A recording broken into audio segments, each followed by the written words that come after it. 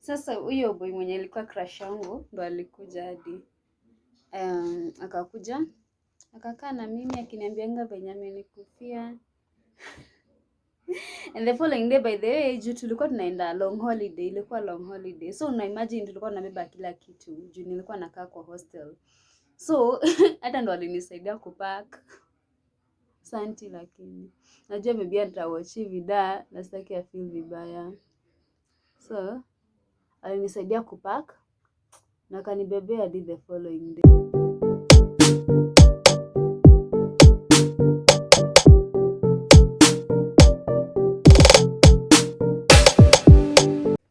Yeah. So guys, today's story, I wanted to be an encouragement to somebody. Maybe you are there and you feel like you would want to get born again, but you have not really gotten that conviction. I think there's always a right time for everybody to get born again. You know, like me naeza enda kwa church and the pastor preaches and that word becomes as in ikwe nika ni conviction yangu, but somebody else will hear the same word, but even if they're not born again, they don't become convinced. So I think kila mtu anakuanga na time yake na kuna ile time God ameplania kila mtu. So ile kitu important sana usiwaitaka kutoka hii dunia kama uchokoka bana. So I'm using my primer. This is a primer. This is the primer that I usually use, Dr. Rachel. Yeah. So ile kitu mbaya sana, acha hiyo time yako ifike kama haujatoka hii dunia. Yeah. So guys, I want to tell you my story. I wasn't born again. Yes, I was raised up in a family that was a Christian-based family, but personally, I didn't know God. I didn't like know God on a personal level. And despite a lot happened in my life that I may not be able to explain right now, but I just want to tell you the basics of what happened exactly. So after my high school, I didn't know. I was so confused, by the way. I was so confused after high school because I didn't even know what I was going to do then. Like, which course should I do? So this is the foundation. Foundation. This is the foundation. So I didn't know what course I was going to do, and a lot happened and made me feel so frustrated. Like I tried applying for help, nikaenda nikakoniwa, and I nikaingia shule. I went to Technical University and parallel, and then when I went there, let me tell you guys, I paid money, a lot of money, and then I felt like that course was not even my course. So by the end of it, or even before, by the time I was going to do the course that I did, I was already frustrated. And I felt like this frustration was coming from God. I was like, yes, when I was in high school, I used to serve God a lot. But now I was like, God, why are you so unfair to me? I served you when I was in high school, but now my life seems so confused. Like everybody else wanaambia wao wako shule hii fulani, and then they're in this big school, and they're not there under like the job program. And here I am, my mom is a single mother, and the small business that we have, I don't even know whether it will cater for my entire fee, and I was feeling so frustrated. So by the time I gave up that course, I had already paid, and luckily I got a job. Nilipata hiyo barua ya job hiyo ya gava, but it come late. Nilipata late, and then the school that nilipewa acha nikwambia, hiyo shule, it's a good school, but siko mbali. It is far, and it was actually I was going there as a pioneer. Yes, you know a pioneer. A pioneer is somebody who is going there to start. Yani we nika nyinyi ndo first year, ndo third year, ndo second year, kila kitu. So I became so frustrated. And then that place, by the time, say it has developed, by that time, it was so dry. Yani it was so dry that hata ungetamani kukaa huko. And I remember I cried. And I remember one day tukiwa kwa lecture room, and I told God, hey God, where do you unipendi? As in, if you loved me, why is everybody else doing better than me? They have good school, me, I'm here. And as in, uliona tu kuje nitupe huku. Uliona tu ukuje tu nitupe huku. And I really felt so frustrated by the way. I felt so frustrated and I told God, mi safari yangu na wewe acha ishi hapa. Yeah, acha ishi hapo. The other reason why I was also frustrated was because I was going to do a course that I wasn't really feeling that this is the course that I'm even supposed to do. And the other thing was I didn't even know what I was even supposed to be doing. So all added to all that, that was real frustrations. And I decided to live a carefree life. You know, at that point where you don't care about anything. Whatever comes in your way, you're like, it's okay. Whatever goes, you're just like, it's okay. And that's how I lived. I started living my life and I became a party girl. I loved partying. I loved partying. I actually loved this called, what was it called? Dance hall. I was a dance hall girl. I used to go to the dance hall. Guy. Yani guys, let me tell you, I'm the one who used to go and to open the dance floor. Yani hakuna mtu ange dance before ni dance. Yani that's how my life really changed a lot. And I didn't care about what happened to me. I was so furious with God. I was furious with myself. And then I didn't feel like I was really attractive.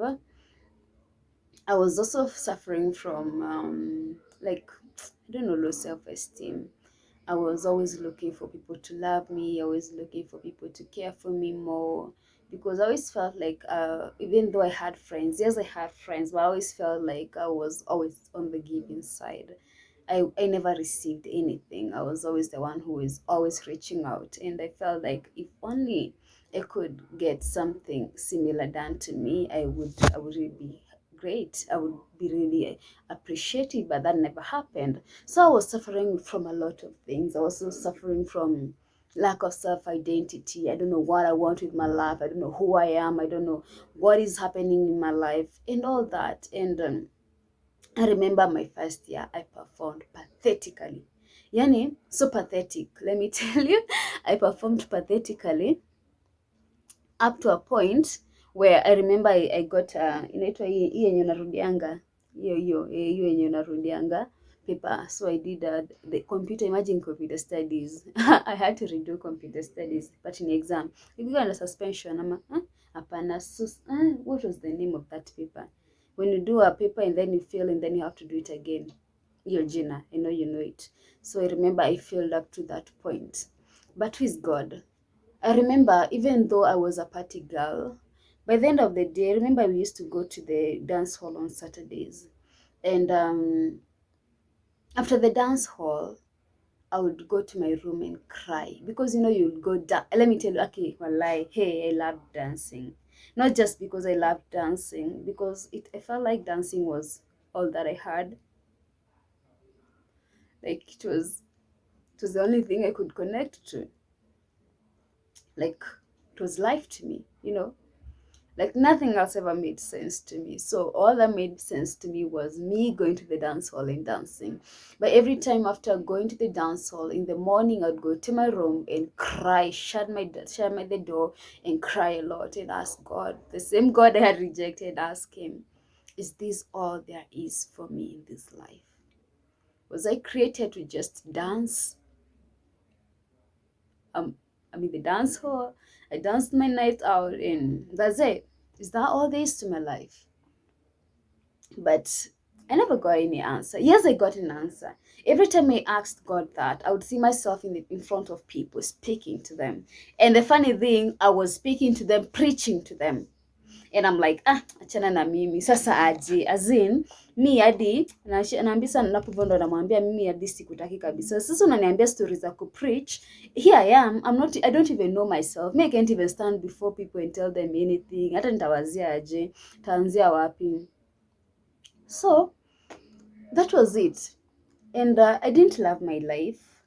I was just living every day at a time, and well, trying to fit in, trying to fit in, trying to, I don't know, I don't even know how to say it, but I was just this frustrated girl, lost girl, and everybody thought I was okay.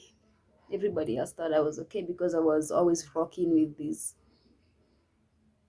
long hairs. I was always changing my hair every 3 weeks.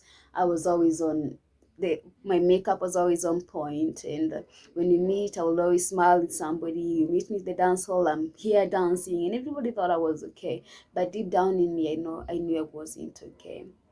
And until my 21st birthday, that was some years ago. Oh, hey, sinikwambie ndo ujue niko na miaka ngapi alafu. Oh. So, when I got my 21st birthday, I remember I didn't used to do my birthdays, but that time I did my birthday generally because I felt like something was going to happen in my life that was strange. Basically, I felt like, let me tell you the truth, I was feeling like I'm going to die. I don't know what I was feeling. I was feeling like that was my last birthday, and I felt the need to do it. Little did I know that was the end of the Lucy that I was, and yeah, that was it. So when I did my 21st birthday, well, and then I went back to school. Acha nikwambie, kutoka nirudi shule, magonjwa niandame, ni Lucy. I started getting sick. I had chest pains, had terrible chest pains, and it wasn't easy. Nikaka, I think the first semester, I was still in first year, so I went back for the second semester, and then hapo katikati nikapona, and then tukifunga sasa hiyo semester, tukifunga sasa first year. Wait, a semester had how many? An academic year has, I think, 2 semesters. Is it 2 or 3? Kwani nilimaliza shule lini? I think it is 2. Is it 2 or 3, my people? It is 2. Yes, it has 2 academic. It has 2 semesters. Yes, it has 2 semesters. So the last semester, I was going to for the last semester, I remember tulikuwa tunaenda dance hall. Mimi huyo Wangethi. But then I used to call myself Maria Nefatsasha. I don't even know where that name came from. So I used to call myself Maria Nefatsasha. And that day, let me tell you, there's this guy from Tuk. I had a crush on him. Yes, I had a crush on that guy. And on that day, I used to search for his number. Tuseme ukweli, I used to search for his number, but sikuwa naipata. So it happened that guy texts me, and I was so excited. Crushes are always crushes, yeah. So I was so excited, by the way, and I was like, yes, nini. So there was somewhere kulikuwa na area fulani ilikuwa inashika wifi, so I went there after sasa nishatoka dance hall. I went and opened the floor, and then nikarudi sasa ndo akani text, and then I went to the wifi na beshte yangu fulani nikachat na yeye. Then tukamaliza kuchat, tukamwambia na beshte yangu sitene tukadance kidogo, and then we started the journey. Little did I know that journey would mark the start of a new life in me. So I chat with my crush, and after we're done, I tell my bestie, let us go to the dance hall. Kidogo tu tumeteremka tu, tumetoka administration, tunateremka tu kwa pavement tukielekea kwa dance hall. A scorpion out of nowhere. So the president of the school was actually my friend, and they were coming from the dance hall side, hiyo side ya dance. Nikawa walikuwa nakuja hivi na sisi tunaenda hivi, so tukapatana na wao. So then we stopped and started saying kusalimiana. Then a scorpion from nowhere came. Mimi sijai.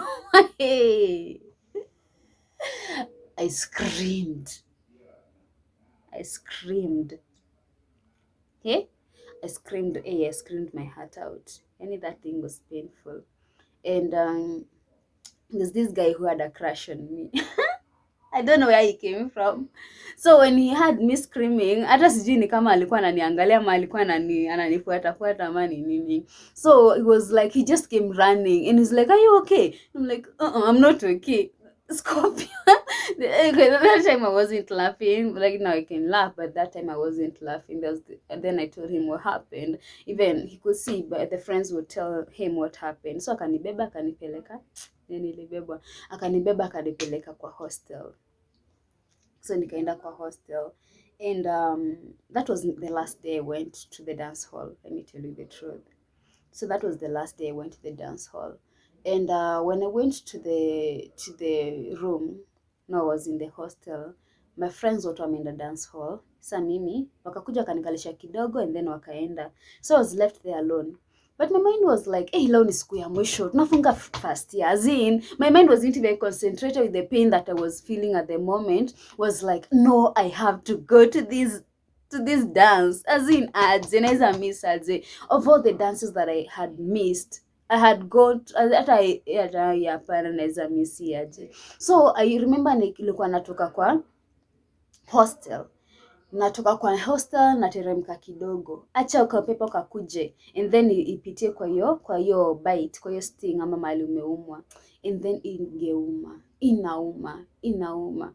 And nilikuwa naambia tu Mungu tu nikubalishe tu niende, hata kama star dance niende tu nisikize tu nyimbo zimeokoka. Yes, huko tuko nasikiza nyimbo zimeokoka by the way.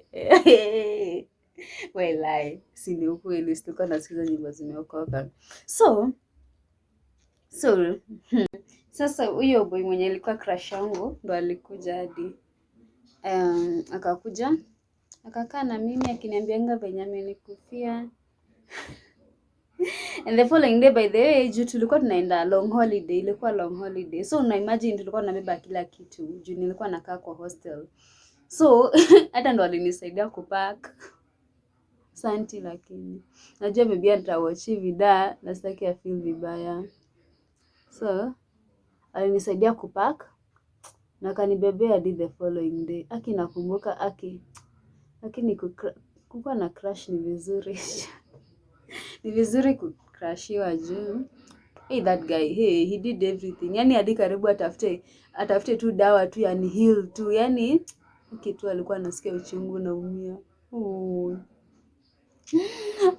But anyway, okay, by the way, kwanza acha nikwambie, sijui nilisema nataka maji.